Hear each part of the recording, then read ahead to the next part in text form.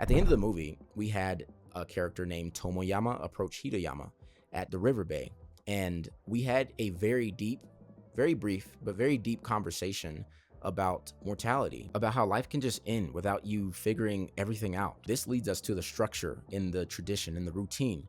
That's such a heavy part of Hirayama's life, and how that conversation with Tomoyama at the river bay may have affected him in this moment. Hirayama goes throughout the film barely speaking to people. He has minimal interactions with the people he comes across. The guy at the camera store, the lady at the bookstore, the guy at the public bathhouse, Takashi, his co-worker, he barely speaks to anyone. Hell, even the guy that serves him at the place he likes to eat, he barely talks to him either. I mean, the only time I really think he opened up was one with Mama in the bar, and then the other one was with his niece, Nico. I think the film really alludes to a time where he wasn't so isolated, but over time, maybe dealing with trauma the wrong way, he's convinced himself that this routine he has, this life that he lives, is enough for him. And for some people, that's true. You know, some people don't have a problem being alone, like being isolated and not talking to people. But I think that conversation with Tomoyama at the river bay made him realize that maybe he's been making a mistake by being so isolated when he definitely doesn't need to. I mean, he has a niece that loves him. He has a sister that loves him in her own way. I really didn't like that woman.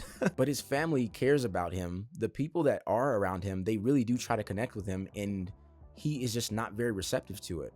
You know, he's like kind of built these walls up over time, and presumably he's fine. But at the end of the movie, he breaks down. And when I say he breaks down, I don't mean like he's in shambles. I think he was feeling a lot of emotions. Just, you know, he's unsure about his direction, his path, like what he's been doing.